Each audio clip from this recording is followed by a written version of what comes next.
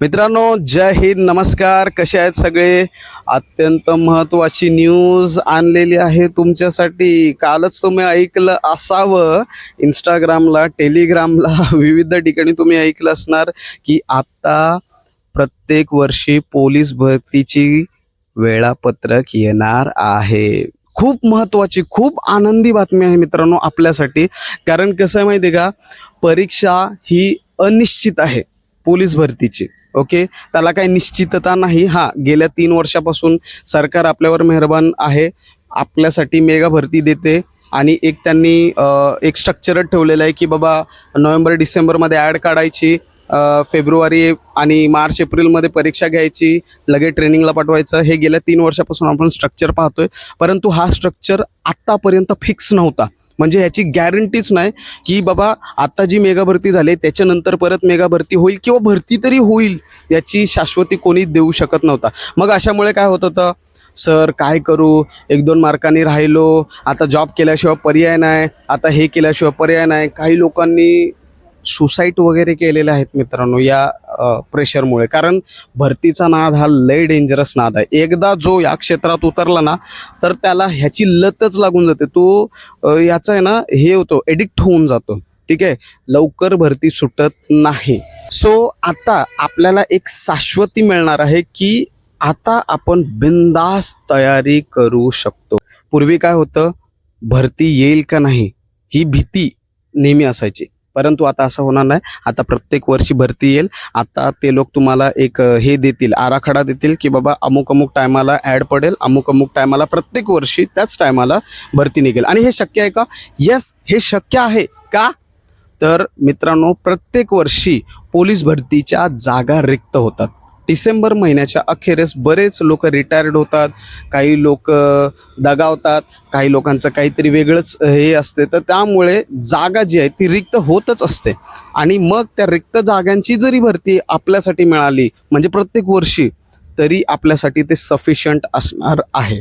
Okay, तर चला आता आपण समजून घेऊया की ह्या वेळापत्रकाचा आपल्याला कसा कसा फायदा होऊ शकतो. सर्वात पहिला फायदा होणार आहे ते म्हणजे आपल्याला तारीख मिळाल्यामुळे आपल्याकडे एक ध्येय असणार आहे, एक गोल असणार आहे.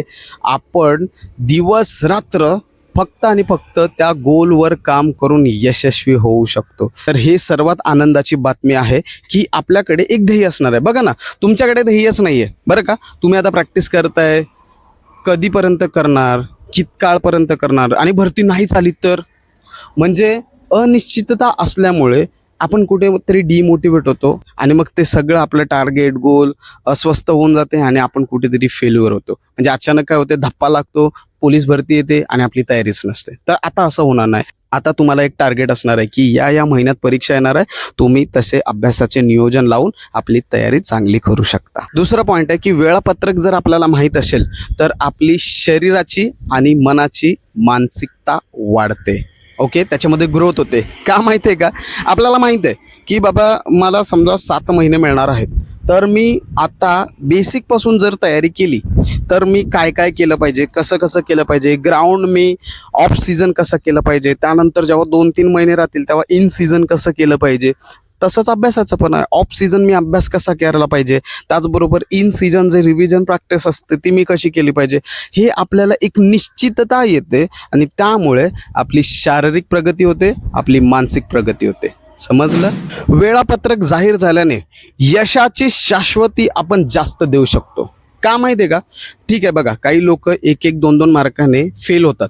मग त्यांना कळून आलेलं असते की बाबा आपण कुठे चुकलेलो आहोत.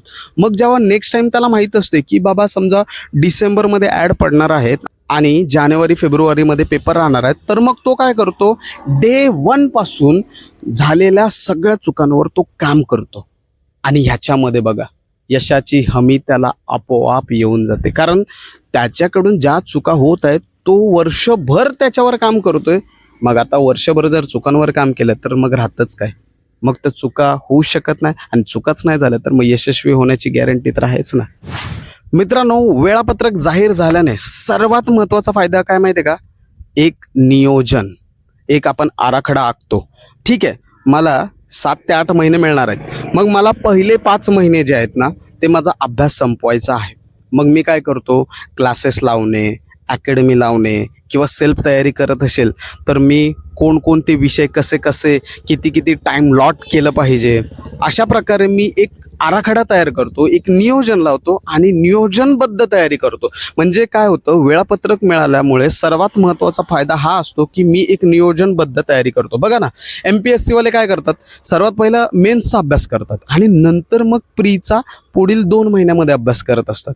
मग त्यांचा तोपर्यंत मेन्सचा चांगला अभ्यास झालेला असतो आणि लगेच प्रीसाठी पण त्यांनी अभ्यास केलेला असतं आणि मग ते प्री पण पास होतात आणि मेन्सला पण त्यांना चांगले गुण येतात. आलं का लक्षात? आपलं पण तसंच आहे, एक आराखडा आपण तयार करणार आणि त्याप्रमाणे आपली तयारी होणार. वेळापत्रक जाहीर झाल्याचा सर्वात मोठा फायदा काय होणार माहिती आहे का, आपले जे विषय कच्चे आहेत किंवा ग्राउंडच्या बाबतीत आपला जो इव्हेंट कच्चा आहे, आपण त्याच्यावर भरपूर काम करू शकतो. भरपूर म्हणजे भरपूर. उदाहरणार्थ समजा माझा गोळा जात नाही तर मी दिवस रात्र काय करेन, गोळ्यावर जास्तीत जास्त लक्ष देण्याचा प्रयत्न करेन. माझा गोळा कसा वाढेल मी ह्याचे टिप्स घेईन, ते समजून घेईन, त्यावर मी विशेष काम करेन.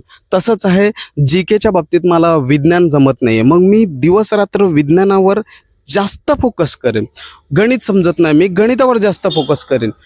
अजून काहीतरी असेल, शब्दसंग्रह जमत नाही, शब्दसंग्रहावर विशेष फोकस करेन. म्हणजे काय, वेळापत्रक जाहीर झाल्याने मला कळते की माझ्याकडे किती टाईम आहे आणि मी कच्चे विषय असलेले किंवा कच्चे इव्हेंट असलेले ह्याच्यावर किती टाईम दिलं पाहिजे, किती टाईम अलॉट केलं पाहिजे आणि त्याला कसं परफेक्ट केलं पाहिजे.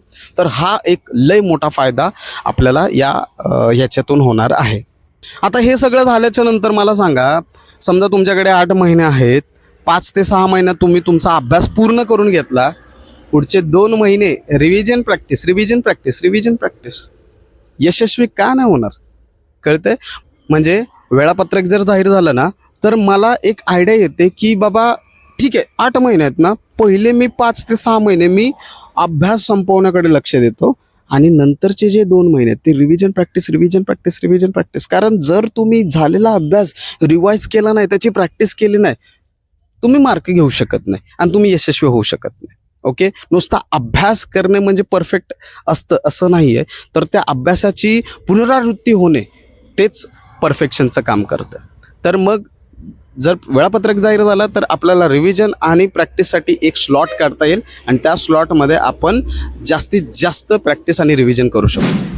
आता या सगळ्यामुळे मित्रांनो आपल्या अभ्यासात सातत्यता राहणार आहे, आपल्या प्रॅक्टिसमध्ये सातत्यता राहणार आहे आणि जे जॉब करतात बघा त्यांना थोडं आयडिया येईल की यार आपण काय केलं पाहिजे, हे पावसाळी किंवा अमुक टाईम एवढंच आपण जॉब केला पाहिजे, नंतर जॉब सोडला पाहिजे, चांगली तयारी केली पाहिजे.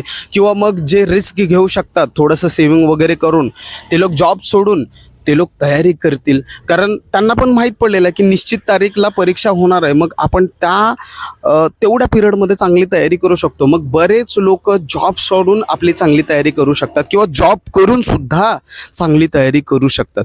तर हा खूप मोठा फायदा होणार आहे. त्यासाठी मी आपल्या महाराष्ट्रातील सर्व आमदार, खासदार, आपले देवाभाऊ साहेब, आपले योगेश कदम साहेब यांना मनापासून आभार व्यक्त करतो, सल्यूट करतो की त्यांनी कुठेतरी आपला विचार केला आणि हे जर पॉझिटिव्ह झालं ना मित्रांनो, रॉकिंग.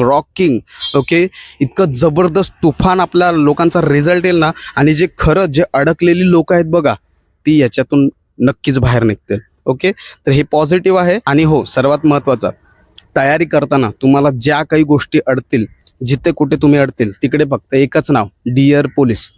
फक्त खाली दिलेल्या नंबरवर मला मेसेज करायचा किंवा कमेंटमध्ये तुमचे प्रश्न मला विचारायचे. आपण नक्कीच त्याच्यावर व्हिडिओच्या माध्यमातून किंवा कॉलच्या माध्यमातून किंवा मेसेजच्या माध्यमातून तुमचे जे काही अडचण आहेत ते सॉल्व्ह करण्याचा प्रयत्न करू. थँक्यू. जय हिंद.